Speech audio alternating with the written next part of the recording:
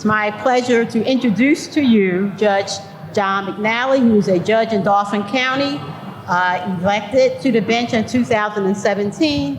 He has served in the Civil Orphans Court and the Family Court division of his court and presides over guardianship matters. He was selected to participate in the Legal Services Organization pilot project under the grant that was received by the court. You can read full bios from each of these judges in the app, so please do so at your leisure. I'd also like to introduce Judge Dale Faust, who was elected as a judge in Beaver County in 2016. He presides over a criminal docket and orphan court matters and has been the administrative judge for Orphans Court for the past 5 years. So join me in just welcoming them to this panel.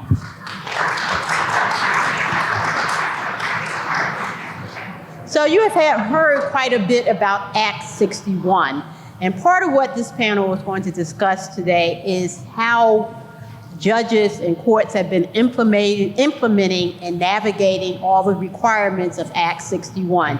As you know, those requirements include appointment of counsel in all guardianship cases, certification of guardians, professional guardians who have 3 or more wards, review hearings for guardianship hearings, as well as looking for and finding the least restrictive alternative.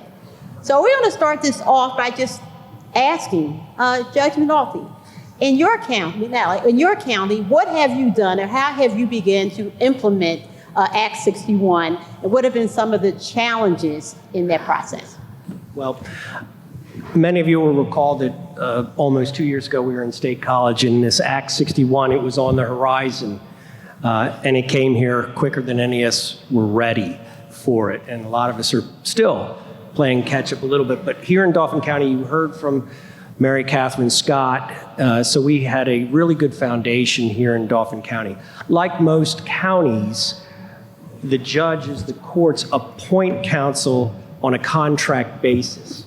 And this was hit and miss in some cases, but now with Act 61, it was required. As you heard, I was invited to by Judge Ott, who I saw walk in here today, to head the pilot program. So we had to get up to speed a little bit quicker than most.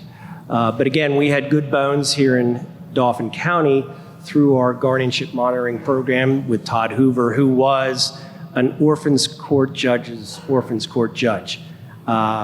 He was kind of a Yoda, and actually Sean Myers here today is now kind of my modern day Yoda. But we started off looking at Act 61 and saying, okay, how are we going to appoint zealous representation? Because due process, as you heard earlier today, is one of the 3 major prongs of Act 61. So in Dauphin County, as I mentioned, we had people that were on a contract basis. But I was invited to do this pilot program, and that was entered into by an MOU between the county, the Office of Elder Justice in the courts, and Mid-Penn Legal Services. I was promptly told to butt out as far as the interviewing process was concerned, but I was absolutely thrilled that on her own initiative, Michelle Cluck introduced herself to me as a candidate. She joined us, and she has made the program what it is today. Under our rules of professional conduct, the preamble provides that all attorneys are to zealously represent their clients.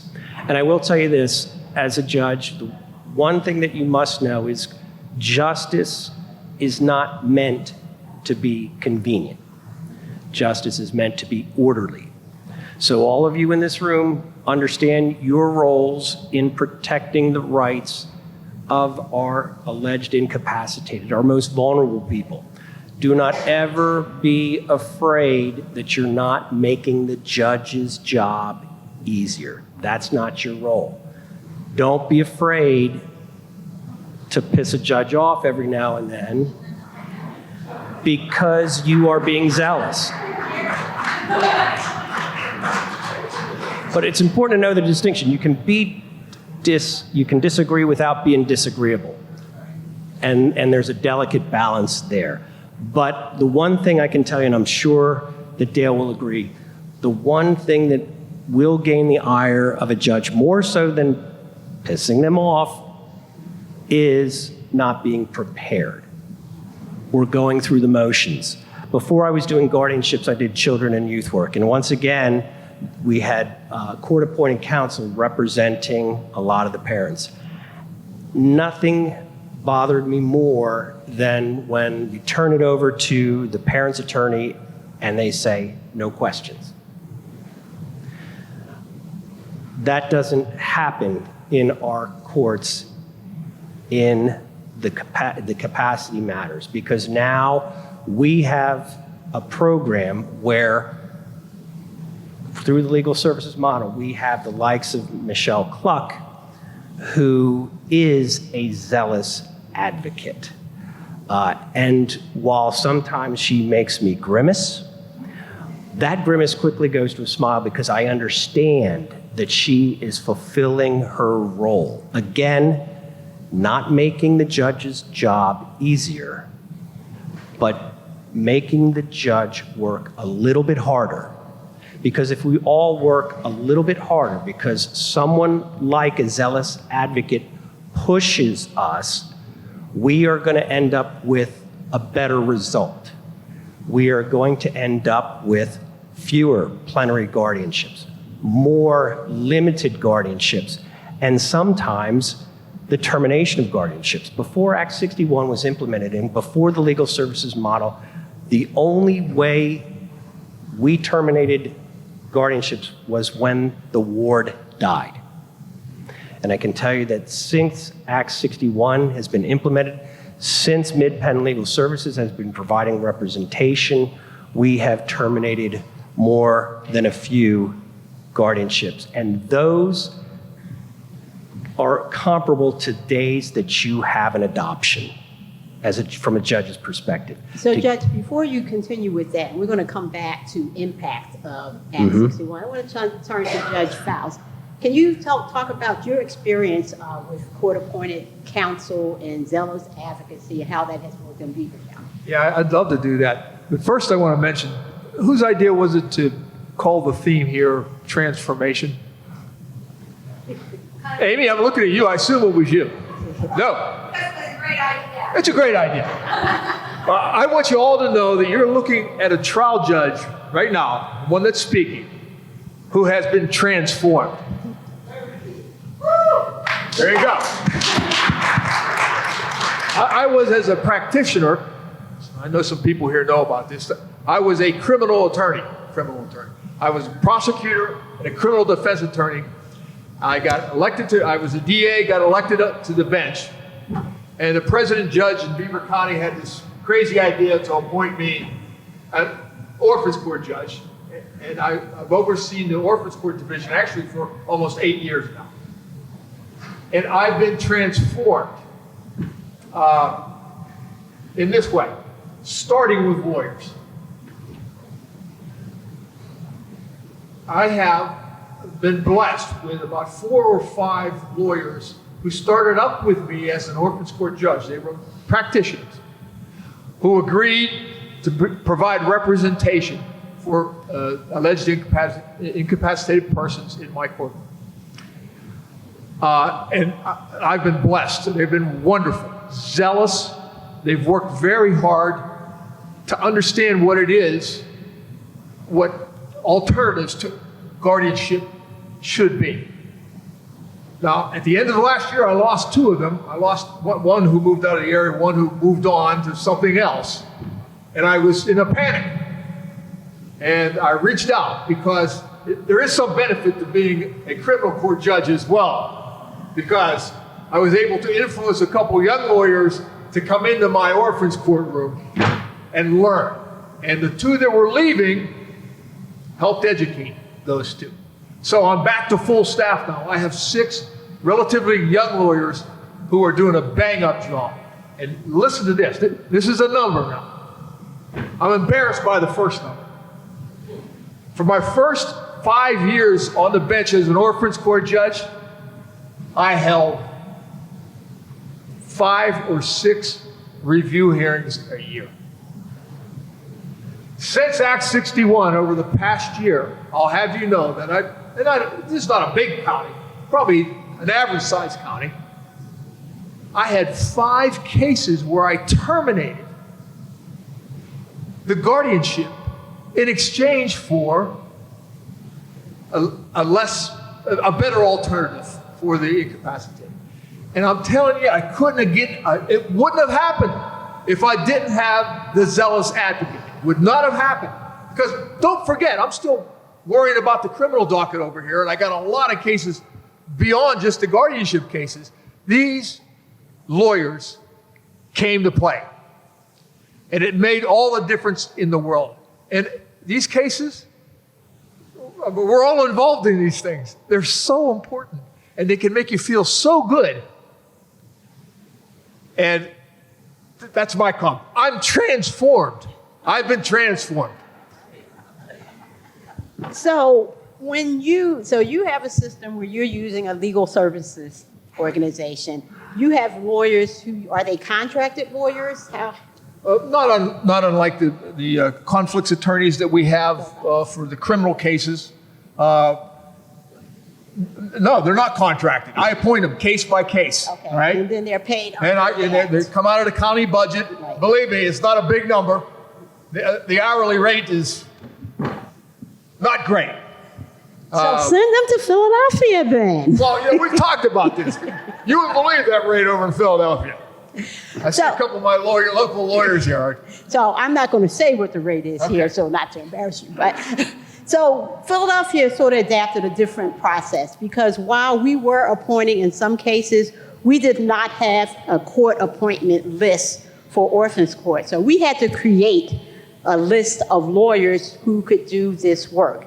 Because there were not many of them who were doing it and they were aging and older, we were trying to get some of the less seasoned or younger lawyers involved because this is something that's going to be a lifetime now. We needed to plan for that. And so we did some trainings and put out an announcement, actually developed a local rule with all the processes and procedures for doing that. And we were able to develop a decent list. We probably could use quite a few more at this point. The thing we are struggling with, and that's why I want to ask you to, is training and education, because we are at the point where some of the lawyers are pretty good, some of them are piss poor, and we are really struggling with making sure they have adequate training and education, and because of our heavy docket, we can't always get it done, and so the onus has become on us as judges to make sure that they are doing that they're actually acting as zealous advocates, that they are reviewing the petitions, challenging information that might be in the petition, particularly because even the petition filers aren't necessarily following all of the rules in terms of putting in their petitions that they have considered least restrictive alternatives and why they don't work. I mean, I just did a hearing last week where it was a Zoom hearing where the petitioner and the family members and counsel for the AIP were all in the same room. So you already know that was going to be a problem, right? It ended up because the family members, it was a case where the individual suffered a traumatic brain injury at 19, and the parents and siblings had been caring for him for 20 years with no problem and no issue. And they decided they needed to have a guardianship. Well, after hearing all of the evidence, yes, the person was incapacitated. He was never going to regain any capacity based on all the expert reports. He can't talk, he's in a wheelchair, he's not mobile. But the parents had been taking care of him. No one had asked them for a guardianship. No one had refused to allow them to make decisions for him. Mom was the rep payee on Social Security. There were no other assets, no pensions, no housing or anything like that. The brother and the sister were also involved in the care. They were meeting with doctors, taking them back and forth to doctor's appointments.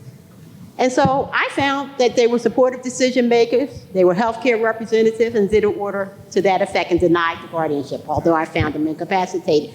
But the lawyer for the AIP asked no questions, agreed that a guardianship was appropriate, and I had to educate him on the Zoom. Have you even read Act 61? Are you familiar with the statute? Have you listened to all the testimony? You know, but any of that, those are the kind of struggles that we have. Yeah. Give me your input. So I had the benefit of seeing this side by side because the legal services organization model that we had under the pilot program was only for people that's 60 and older. But we still have a good number of petitions that are filed for 60 and under. And you heard a couple examples of them today. Even Ms. Bates' tale about her son. So I got to see both of them side by side. And I will tell you, there was we alluded to the hourly rate. The hourly rate is not something that is going to draw a lot of interest. And so you run into a situation where people are taking these sometimes to keep the lights on, but for the younger associate, which is a good place to get their experience, a lot of times they will get pressure from their partners because the hourly rate is not where it should be. So when I got 3 new attorneys that were appointed and awarded contracts, I sat down with them because I knew them. Not one of them had ever done a guardianship before. So we in Dauphin County did a program to train. We gave them PBI books because it ultimately is the court's obligation to appoint counsel through training or experience is qualified. Again, contrast that to the legal services model where you know at mid-pen you're going to get a Michelle Cluck that this is all that she does.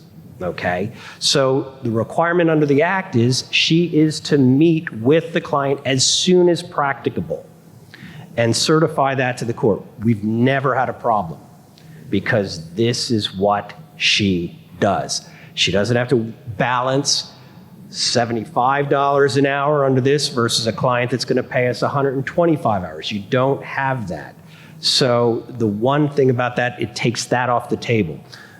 So there are plenty of opportunities out there. I know that later this summer, PBI's Elder Law Institute is having something in Harrisburg. I know I'm supposed to speak at it with regard to one of the issues is guardianship. So we will, and it ultimately falls on the court to provide and make sure that that person is through training or experience qualified. It does fall on the judge, no question about it. I think if you really want to do this right and do justice to Act 61, you have to make certain that the lawyers who are representing the alleged incapacitated are qualified, experienced, and zealous. And you have to change your calendar. I mean, I just told Judge Wood Skipper this. I've already done 35, now that for her it's not much, but for me, I did 35 review hearings already this year. I told you before, I never did more than 6, like 5 years ago. And that takes time. I suppose money, and of course we're paying those lawyers now. So, yeah, that's my message to the orphans court judge. If you want to do it right, you got to put in the time. So let's move on a little bit. We have a lot to cover in a short period of time. So one of the other requirements of the Act 61 is certification of guardianships. Have you experienced an issue or concern about being able to find or have appropriate guardians to fill in for these cases? Well, I'll tell you that 2 years ago when we were in State College, I think every professional guardian left that seminar feeling like they were the evil empire, that they were misunderstood. I want to let them know that they are appreciated because we all know the work that they do. So there was a lot of consternation over the requirement that the professional guardians be certified. And I have the honor of also serving on the Orphans Court Procedural Rule Committee. So when the law passed, we were playing catch up. We were saying, okay, we've got to get some rules in line that roughly coincided with when the act became effective. I will tell you, I know that Tom Dempsey's here and he served on the committee with me. We did get the proposed rules to the Supreme Court by the time it was implemented. It just took a couple of months for people to massage it. But the one thing that was most debated was that individuals had to be certified. So there's language in the Act that says individuals that had 3 or more guardianships had to be certified.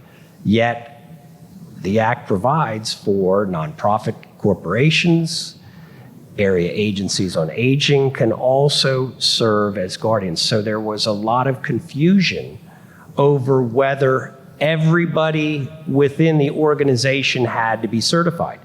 So for 6 months, I'm sure a lot of you were going out trying to get that coveted national certification. We worked hard to get some clarity, but quite frankly, the committee did not see itself as a super legislator. And so we really read the Act rather restrictively that said, if they required organizations and everybody within that nonprofit organization to be certified, the legislator would have said that, but that's not what they said. So the rules reflect that. So we've had a lot of people push, and quite frankly, it wasn't such a bad thing for people to become more educated. And I know that there was cost involved, but I feel confident that we have a much more educated and experienced pool of professional guardians now than we did when the Act became effective. I agree with that, and I really haven't had any difficulty with that issue in my county. But I've heard you talk about what you actually do in Philadelphia. I find it fascinating. So I think part of the struggle in Philadelphia is funding, because there is no funding stream for guardians unless they are in a facility and they get the $300 a month, or if there's money in the estate to pay. And while we have really superb guardians who work very hard for their ward, oftentimes they're working on a pro bono basis because they're not getting paid. And that we've seen guardians as a result sort of bail out a little bit because you recognize that they have bills to pay, they need food on their table, and the struggle is finding guardians who can do the work with the understanding that sometimes you're going to get paid and sometimes you're not. So one of the things I've been working towards is trying to find some type of private funding source or do a pilot project. And we're in the process now of trying to gather numbers about how many guardians this would impact, how much money are we talking about. Of course, that's hard data to collect because it's not the same in every other case. But it's an issue in Philadelphia. One, probably because of the volume of cases we have, and 2, because guardians are bailing out, and 3, because we don't appoint guardianship agencies, we appoint individuals. And that may be a problem for some guardians as well. So.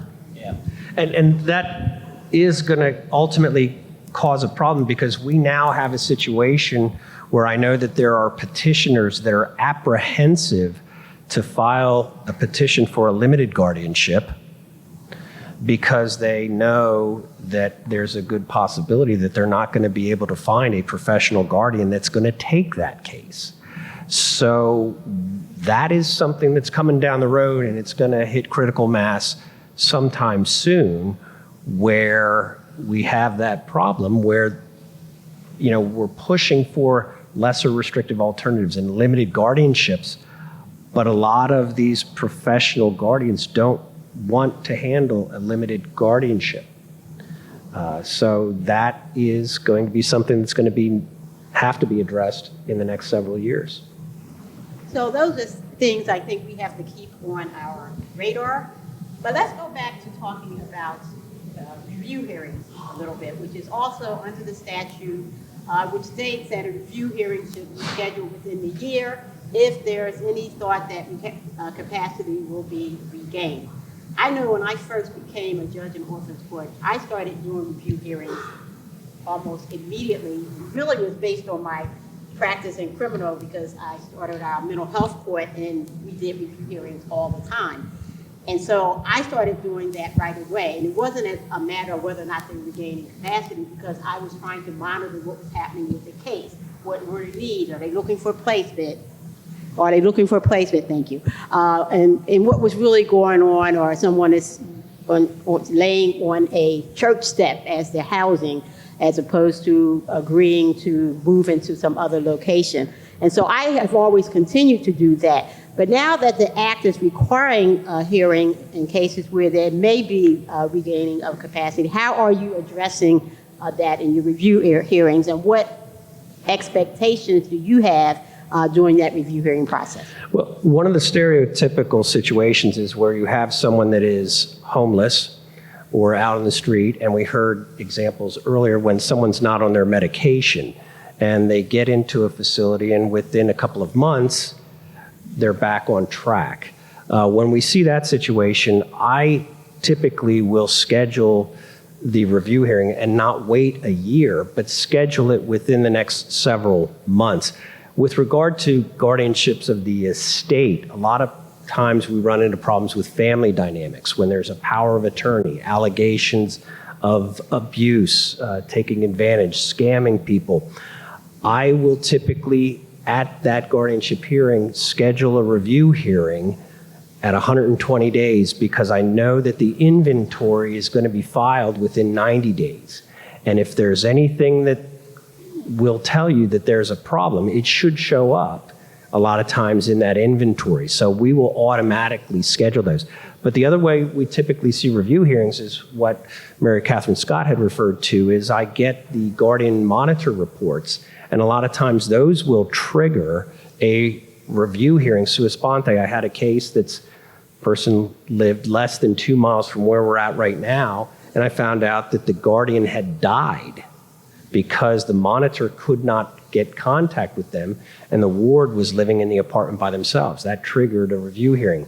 So that's typically where I look first and foremost for the reviews. In closing, I know that we have found, because we appoint counsel as soon as the petition is filed, and sometimes having counsel there, the counsel has the opportunity to speak with the petitioner, and oftentimes, as a result of that conversation and providing additional information, we have found that petitions have either been withdrawn, or they have found least restrictive alternatives. They found family members. So it has made a difference in terms of due process and zealous advocacy. So I encourage everyone just to pay attention to the need for that, and also the training and education, because it is paramount that this is done correctly. So thank you, and I'm going to turn it over to the next session for this. To Amy. Thank you.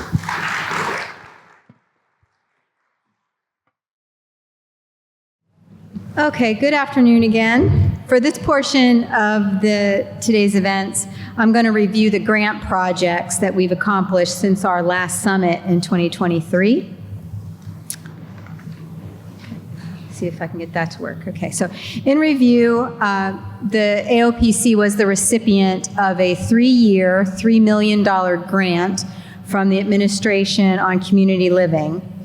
The grant period began officially on September 1st, 2022, and will end, sadly, on August 31st of 2025. The grant had 3 overarching goals. For our Elder Justice Innovation Grant, we wanted to assure due process for the alleged incapacitated person under guardianship, improve guardianship monitoring capabilities to prevent abuse and exploitation, and to promote less restrictive alternatives to guardianship.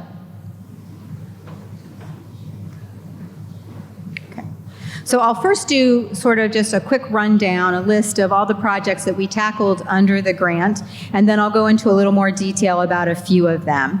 So of course we had our Pennsylvania Guardianship Justice Summit in September of 2023, and you're all here today for our second Justice Summit, May 2025. After the September 2023 summit, we established regional collaboration groups, which met to work on elder justice issues at a regional level. And those groups were somewhat successful in identifying regional problems and coming up with next action steps at a regional level. The AOPC, the OEJC, Office of Elder Justice, we facilitated with those groups to hold public listening sessions, which were very well received. Also, under the grant, we launched the legal service organization pilot project that Judge McNally referred to in his presentation. We'll hear a little bit more about that later. We determined enhancements that should be made to our guardianship tracking system, and we created a guardianship handbook. And we also defined a guardianship monitoring project, which I'm going to discuss. We completed outreach to financial institutions and to medical associations. We completed educational video series for guardians, and we have just recently completed the filming of a second series of educational videos, this one targeted at judges, attorneys, and court staff that'll be launched in 2025. And lastly, we developed resources related to alternatives to guardianship. Okay, so some quick highlights. I first want to talk about the Guardian Handbook.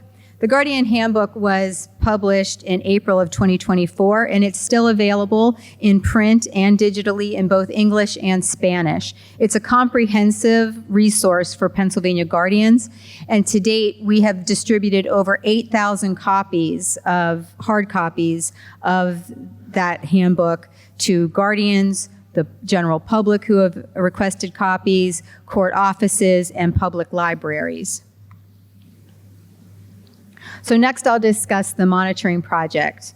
In Pennsylvania, the responsibility for reviewing the mandated reports that guardians must file, the responsibility of that is on the adjudicating judge and or his or her designee.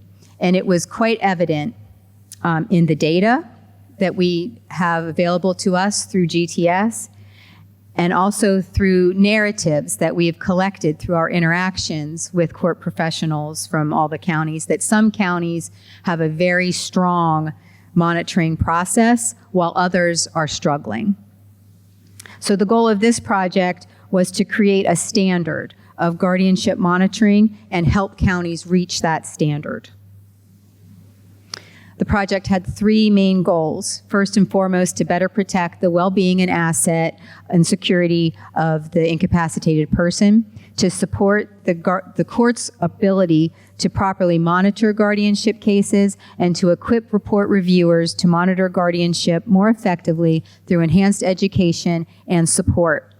The National Center for State Courts published a report review standard protocol, and I was able to work on that committee with the National Center to develop that protocol. So we didn't have to reinvent the wheel. National Center already has a protocol for what does it mean to effectively, meaningfully review a guardianship or conservatorship report.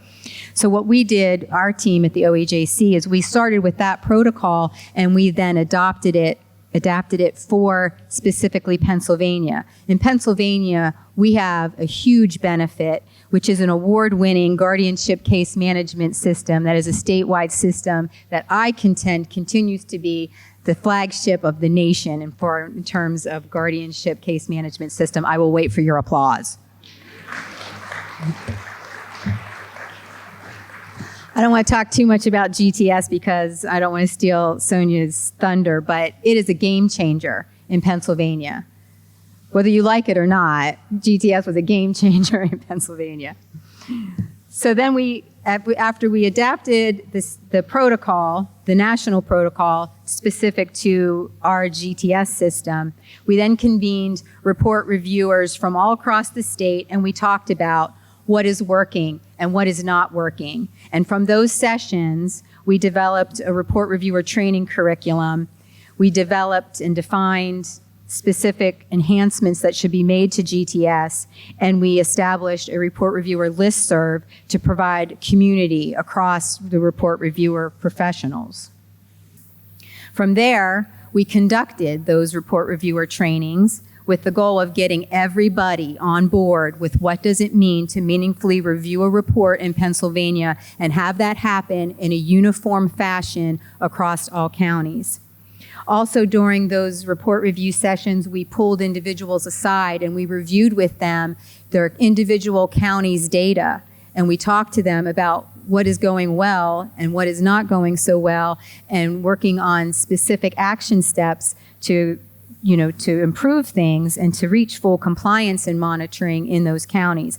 And then following up from those sessions, we have been invited, the OEJC team has been invited to multiple counties at this point to sit down with the county leadership at a table with the stakeholders, the judges, the clerks, the report reviewers, sometimes even the commissioners, to talk about what needs to happen here to establish a report review process in Pennsylvania, and what is the risk if you don't.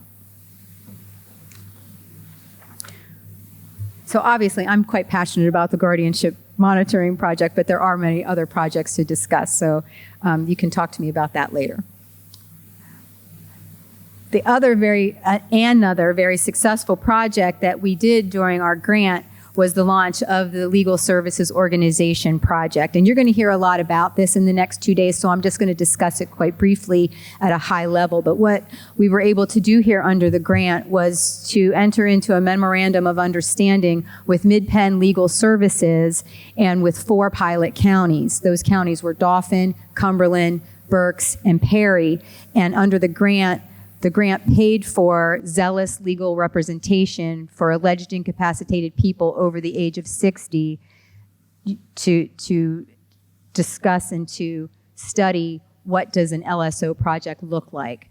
That project was hugely successful, and there was a drastic difference in the number of less restrictive alternatives to guardianship that we were able to find under the LSO model versus those non-pilot counties. And that will be discussed in breakouts throughout the summit.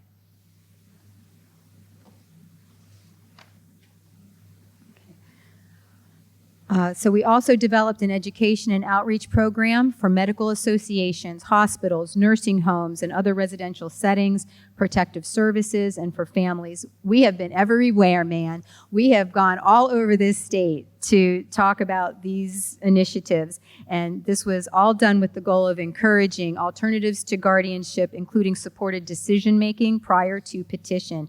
And these efforts are ongoing, and we're seeing the effect of it. There is a market effect. There is a pattern of almost in a step pattern that you can see the decrease of guardianship petitions coming into the courts across the entire state.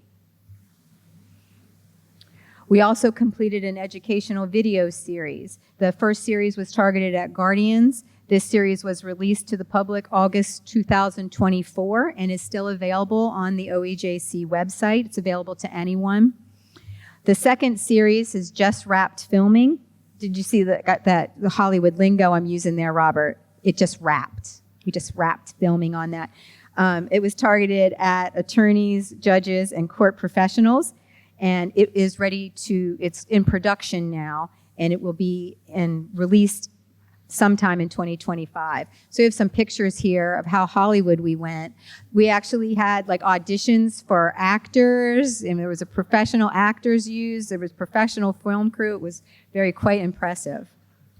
Okay. So also part of the grant, we completed a complete redesign of the OEJC website, and we really enhanced the alternatives to guardianship resources that are available there. So this is the website. It's not an easy website, but you can take a picture of it here. Sometimes it's just easier to Google Pennsylvania Office of Elder Justice and you can find us. But we really would like you to check out these resources that are available there, direct the guardians that you come in contact with to find and also the general public who might have guardianship related questions, to direct them to this website, because there's really a wealth of information out there that can be very valuable.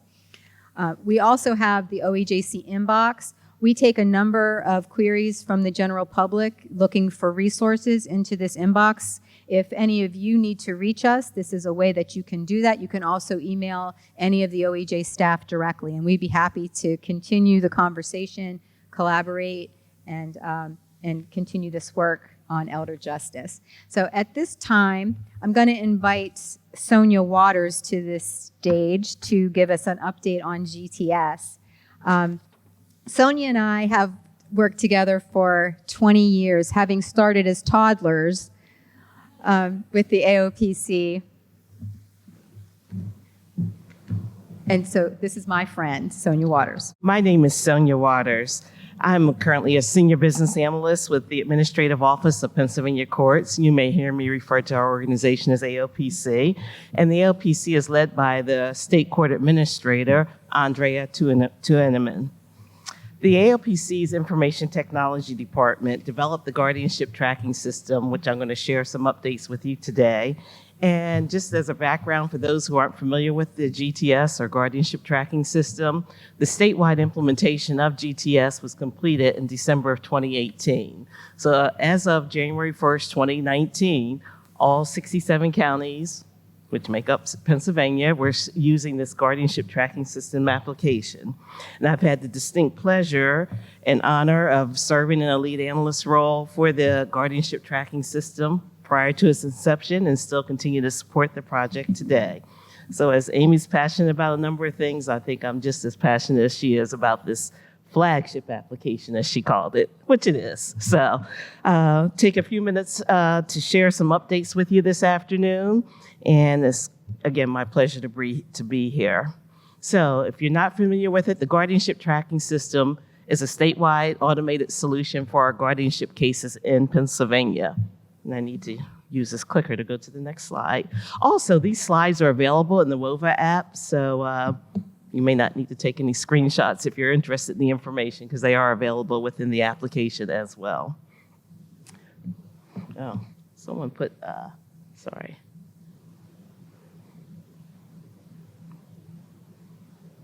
So here's the agenda of items I'd like to share with you this afternoon. I'll start by sharing with you some key statewide guardianship statistics specific, of course, to Pennsylvania. And hopefully this will give you a better insight into the trends that are occurring in the guardianship data as evidenced by these statistics. And next, I'll provide you with an update on enhancements, some of which are currently in GTS, as well as ones yet to come.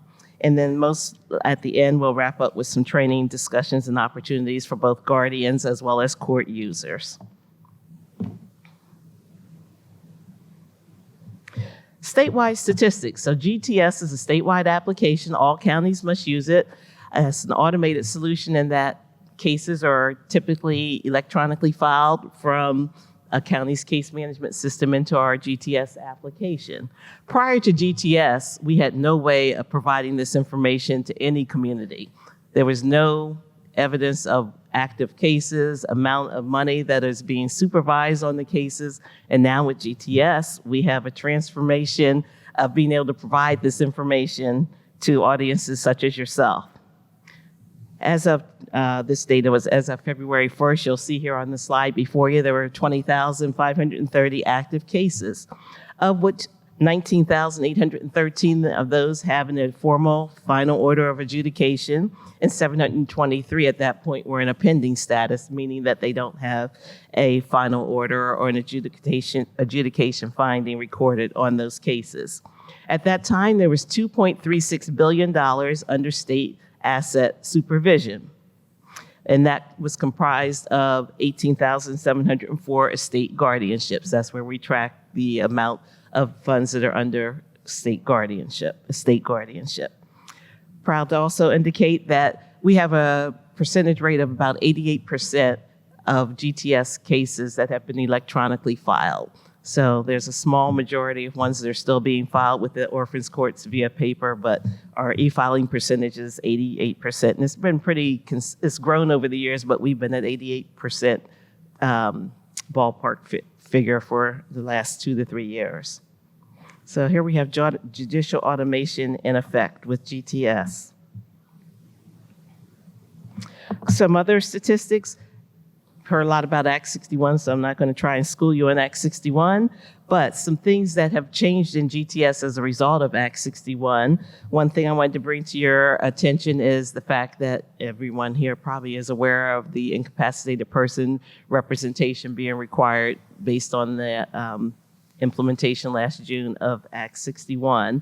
To date, of the adjudications that have been recorded from the June timeframe up through February 25th, there were about 1,666, and 80% of those were recorded with information indicating that the incapacitated person was in fact represented. And of those 80%, or those ones that were recorded with IP representation, 76% of those were indicated to be court-appointed representation. And then a much lower figure, which was recorded at the time of final decree, indicate that the appointment was paid by the estate. Again, we're working with OEJC and the courts as well to enhance and increase that number, since it is a mandatory field, to get closer to the 100% compliance of all incapacitated individuals being represented at the time of their hearings. Another statistic I'll share with you is with regard to our guardians who support our incapacitated individuals. In the GTS system, there are 21,005 family lay guardians. That would be a non-professional organization, much what the term family lay means. Professional guardians, as of February 1st, what this data reflects, there were 358 professional guardians. And I just want to give you some background on how we arrive at that number. There are entities or organizations or agencies, and that number of entities or organizations was 223. And then individuals who account for 135 of our professional guardians. I believe it was Judge McNally or someone in one of the presentations who made the distinction of individuals who have more than 3 or more appointments in a non-relative status. So it wouldn't be an individual who's a family member or more than 3 cases that's counted towards this 135 number. This is something that, of course, Act 61 has a lot of focus on professional guardians, and we're going to be looking at making some revisions within GTS over time, as well as to how we're looking and tracking certification of our professional guardians. Another set of statistics that might be meaningful, registered guardians. So we currently have guardians who are registered to access what we call the guardian dashboard, meaning that they can log in, manage the cases where they're an appointed guardian, and able to submit reports. That number, as of the time this data was collected, was 10,771. And of that, we're now, back in October 2023, we started collecting guardian identifiers with the expectation that down the road there were some future enhancements to GTS that this information would be meaningful for. So what I mean when I say personal identifiers, now a registered guardian must on an annual basis certify details such as their date of birth, social security number, driver's license information. And at this point, we're at about an 81% collection rate when this data was collected. And we'll talk more about what the significance of this data in a few minutes. Next, we'll move on to a few graphs. And again, this information is available in the WOVA app. It may be a little bit difficult to read depending on where you're at in the room, but it's just a chart. We're looking at the number of cases or petitions that were filed. These would be new case filings over the period of 2021 through 2024. Over time, and GTS is still a young application, as well as with changes to legislation over time, we're going to expect to see some trends that may differ from what they were for the first 4 years of GTS. Right now, the data, there's not a whole lot of variance, but what we're expecting is that we may see fewer petitions being filed, or maybe not fewer petitions, but fewer cases actually being adjudicated with an order of incapacity. Active cases, again, we've been looking at active cases over those period of 2021 through 2024. The active cases has not really gone down, and I didn't bring my readers up here, so I can't see these numbers in the small print, but they're pretty consistent. But again, as we track this from year to year over time, the probability and expectation is that there may be fewer active cases as less restrictive alternatives become more of a consideration when determining incapacity for individuals. This chart just is basically stating the number of adjudications that occurred in 2022, 2023, and 2024.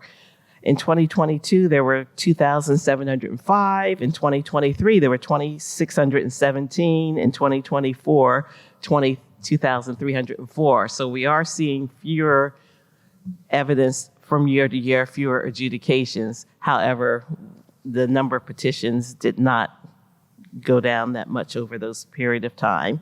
And then lastly of the charts, again, we're looking at how many cases are closed. Closed cases get closed in GTS as a result of a number of factors.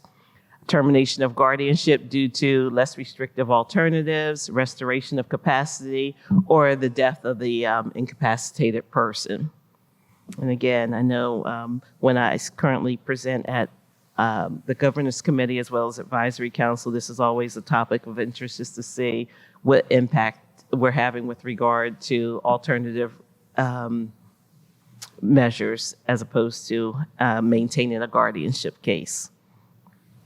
So that's enough for the charts and the figures.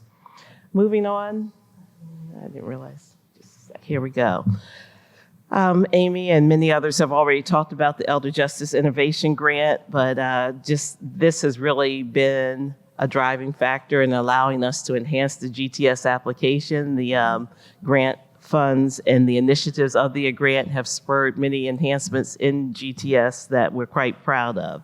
Some of the ones that we have implemented or in the process of implementing are listed here before you. Guardian profiles submitted annually are reviewed annually. I talked about that, how on an annual basis, all guardians who are registered to use GTS now have to certify or verify their their attributes on an annual basis. We're also in the process of implementing a criminal background check processing within GTS as well. And then the thing that we're really looking at is being able to compare our GTS participant data to criminal database application data. And I'll talk to you about that in the coming slides. We've also implemented a feed between the PA Disciplinary Board, being able to update attorney statuses and make them more prevalent to court staff based on changes in an attorney status as reflected in their PA Disciplinary Board record information. And then finally, we've added fields or requirements to the GTS application to allow or require the courts to record whether or not an incapacitated person was represented at time of an adjudicatory hearing. I saw Robert holding something, but I couldn't read what it said, so I don't know if it was for me or not. If the building's on fire, let us know, Robert. So moving on. Oops, I need to hit the right button to move on. Sorry about that. I talked to this, and I'm not going to spend a whole lot of time because I think he's probably telling me I was out of time. I'm not sure. But anyway, part of the 2025 initiative, something that we're working on as we speak, and it'll be an industry-first solution throughout the country, is being able to look at our guardianship data and compare it to our criminal data and inform the courts when there's information that might be relevant in the appointment or the renewal of a guardian based on the information that's matched or obtained from our criminal systems. So when I talk about our criminal systems, I talk about our case management systems that support our Court of Common Pleas, our municipal courts, as well as our magisterial district courts. So if you're familiar with those systems, they're called CPCMS and MDJS. But if you're not, it's just our criminal case processing applications.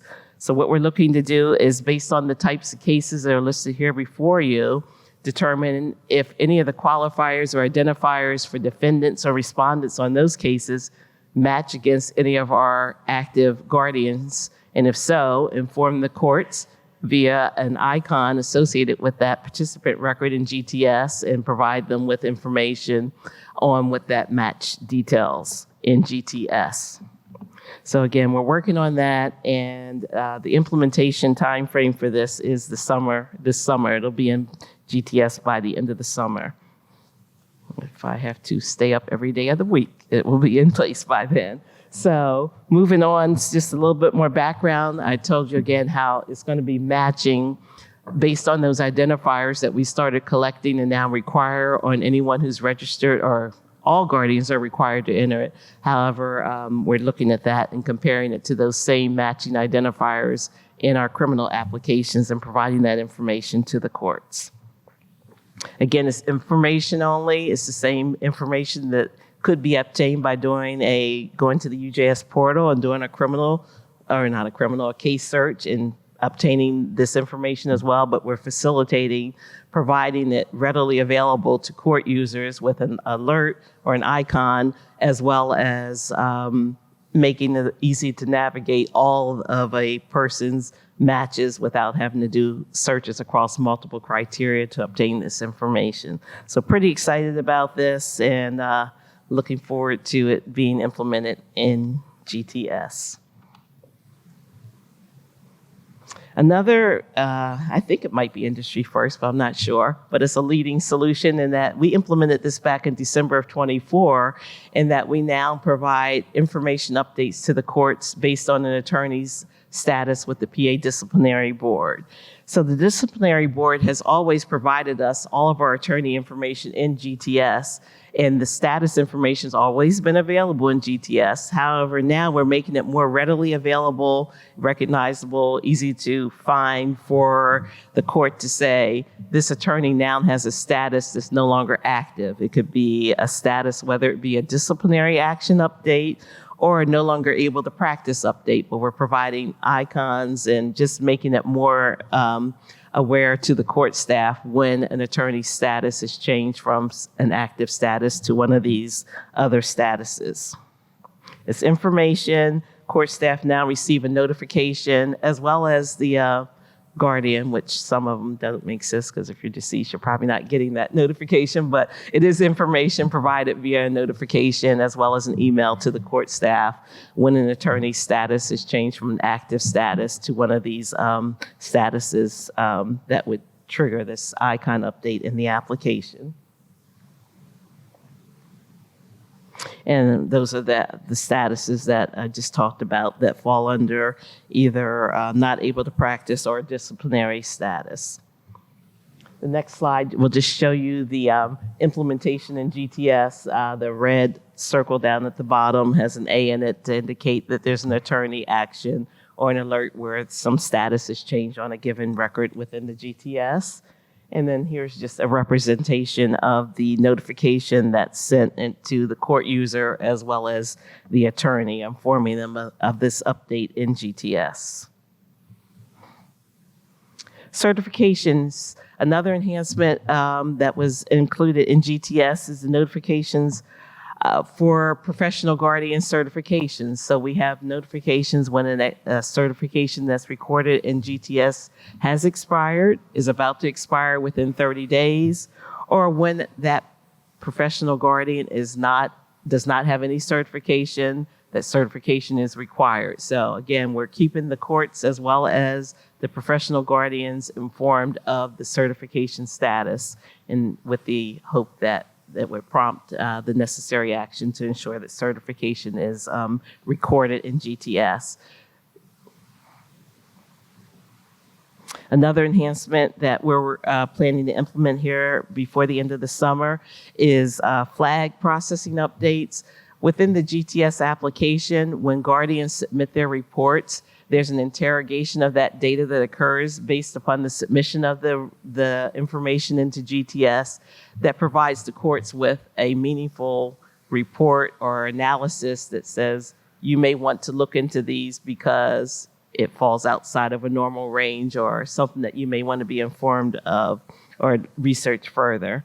So we're now going to expand our statuses to make them more granular and provide more meaningful feedback to someone looking at a report to say what action was taken on a system-generated flag and why.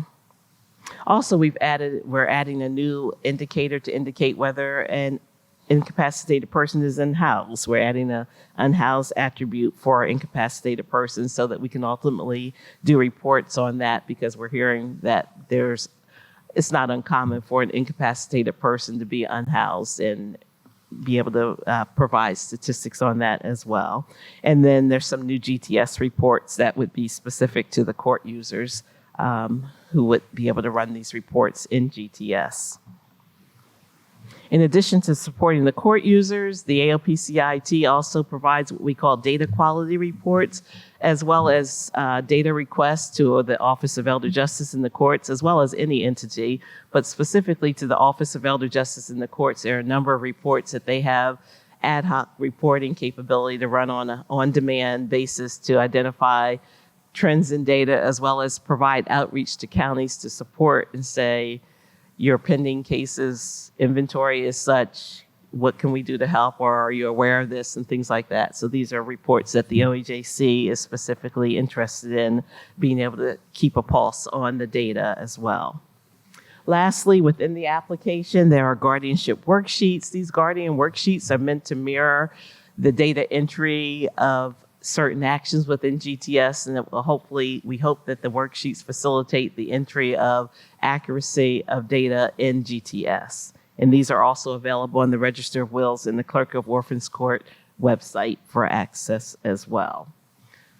Wrapping up, upcoming training, the AOPC offers monthly online WebEx trainings for our guardians, and they're posted within the GTS application under the bulletin area. And these are some upcoming dates for guardianship training, guardian training for the months of April, May, June, and July. In addition to the online WebEx application or trainings, the AOPC also offers user video tutorials for court staff. So they are 3 to 5 minute tutorials, a total about an hour it would take to watch all 13 of these videos to bring court staff up to date on certain topics. And then in addition to these trainings, we have a trainings team who's also available to provide one-on-one or multiple opportunities for training within your court office as well. Any training updates are again available within the GTS application under the GTS News area. And here's our contact information. Also, I want to put a plug out for the GTS Help Desk. If anyone's ever used the GTS application, you probably come in contact with our help desk. They're available Monday through Friday, 8 to 4:30, and they're a great resource. And if they aren't able to help you, I'll be able to help you. So we all work together on that effort.